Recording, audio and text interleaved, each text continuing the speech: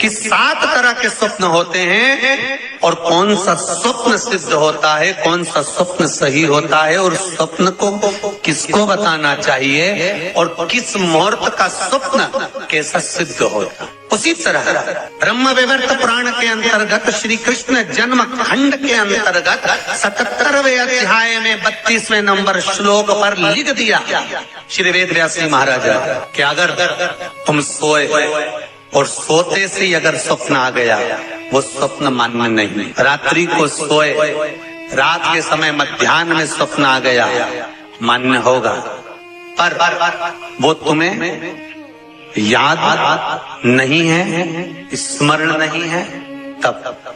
और फिर कहा ब्रह्म मुहूर्त में अगर आपने कोई स्वप्न देख लिया और स्वप्न श्रेष्ठ है, किसी से नहीं कहा, तो वो स्वप्न 2.5 महीना 3 महीने में सिद्ध हो जाता है, सम्मुख में प्रकट हो जाता है। उस स्वप्न की हाँ, स्वप्न में अगर सांप दिख रहा है, स्वप्न में सर्प नजर आ रहा है, पान का पत्ता, तांबुल पान का पत्ता, उस पान के पत्ते पर एक लाल चंदन से सर्प बना और सर्प बनाकर उसका शिव मंदिर में स्पर्श कराकर बहते पानी में छोड़कर आ जाइए, सर्प दिखना बंद। स्वप्न में कभी नहीं दिख सकता सर्प का।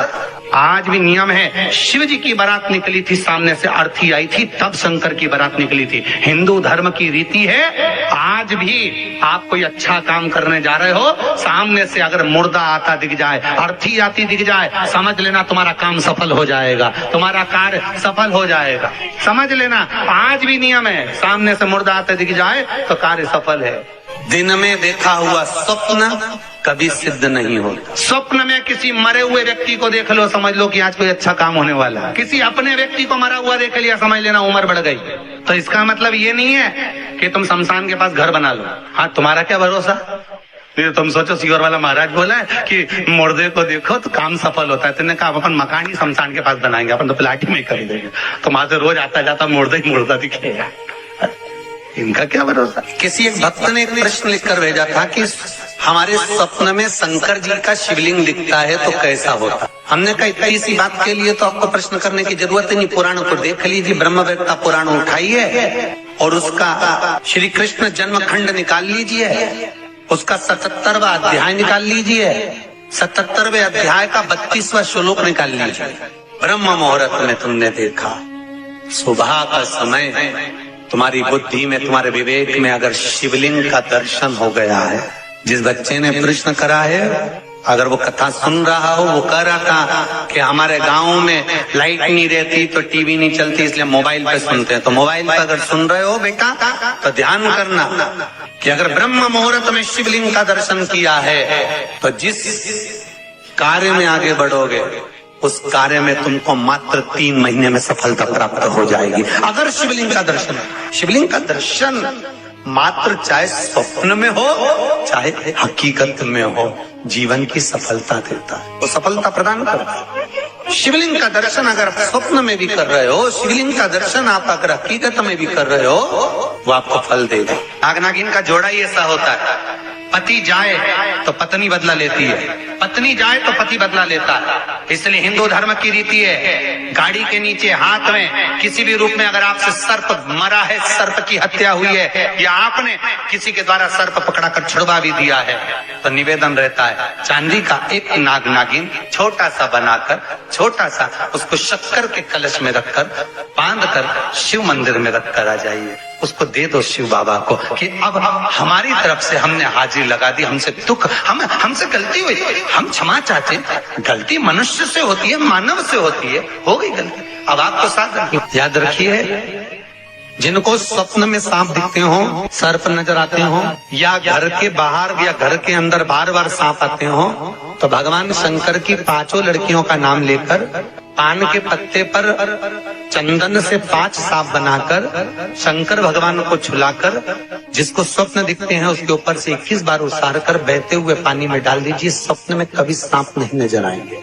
जिनको रात में नींद नहीं आती हो, टेबलेट खाकर सोना पड़ता हो, रात भर नींद नहीं आ रही हो, कुछ मत करो, सोने के पहले भगवान शंकर की 5 लड़कियों का नाम 11-11 बार ले लो, पलंग पर जैसी पड़ो वैसी 11-11 बार नाम ले लो। आपको टेबलेट खाने की जरूरत नहीं पड़ेगी। ऐसी नींद आएगी कि सुबह 6 बजे भी उठना बड़ी मुश्किल से उठोगे तब उठना पड़ेगा। ऐसी चक्र नींद आती है। घर में सर्प आ रहा है, आस्तिक मुनि का स्मरण करिए। 5 लौंग, एक नाग नागिन का जोड़ा, छोटा सा, किसी भी स्थान पर ईशान कोण के अंतर्गत उसको थोड़ा सा खड्डा खोदकर 5 लौंग के साथ नाग नागिन के जोड़े को दबा दीजिए, मिट्टी पर डाल दीजिए। घर में जब नाग नागिन का जोड़ा आप दबाएं तब आस्तिक मुनि का नाम लेकर दबाएं, मां मनसा का नाम लेकर दबाएं, जो नागों की बहन है उस मनसा देवी का स्मरण कर कर उसको डाल दें। आज भी हमारे यहाँ हिंदू धर्म नीति है, जब पहला कालम नए मकान का पहला कालम जब भराता है उसमें तांबे के कलश में नाग नागिन रखकर, कमल गट्टा रखकर, अमरबेल रखकर, थोड़ी सी सरसों रखकर उसका पूजन कर पहले कालम के अंदर जो पहला कालम भराएगा, गड्ढे का पहला जो सरिया रखाता है, कालम भराता है, वास्तु पूजन के हिसाब से उसमें रखा जाता है। और वो तो वो उसके रखने के बाद भी जब मकान का मुहूर्त होता है तो वास्तु पूजन में नाग नागिन का जोड़ा रखाता है, वो भी उस मकान में कहीं ईशान के अंतर्गत उसको दबाया। कोई इसलिए कह देते हैं यहाँ पत्थर मत लगाना, यहाँ टाइल्स मत लगाना। पंडित जी से पूछोगे तो ब्राह्मण बता देगा ये जगह पर टाइल्स ना लगाइए, इस जगह पर पत्थर ना लगाइए, यहाँ पर वो गोला रखा जाएगा, यहाँ पर वो नाग नागिन का जोड़ा रखाएगा वास्तु पूजन के बाद। 4 लोहे की कील, नागफणी की, वास्तु पूजन में चारों मकान में चारों तरफ लगाई जाती है। क्यों लगाते हैं? कि कोई दोष हुआ हो, कोई जीव यहाँ रहता हो, सर्प का निवास हो, अगर मकान बनाने में टूट गया हो, किसी का मन दुखा हो तो वो मन ना दुखे। क्षमा याचना परम आभूषण है, क्षमा मांग लेना परम आभूषण। गलती करो तो क्षमा मांगने में देरी ना कर। हो गई गलती, हो क्षमा, हम क्षमा मांगो। हे शंकर, हे शंभु, हे त्रिकालदर्शी, हे कैलाशी, हे अविनाशी, क्षमा करो गलती। तेरा ही दिया मैंने खाया पिया है, तेरा शुक्रिया।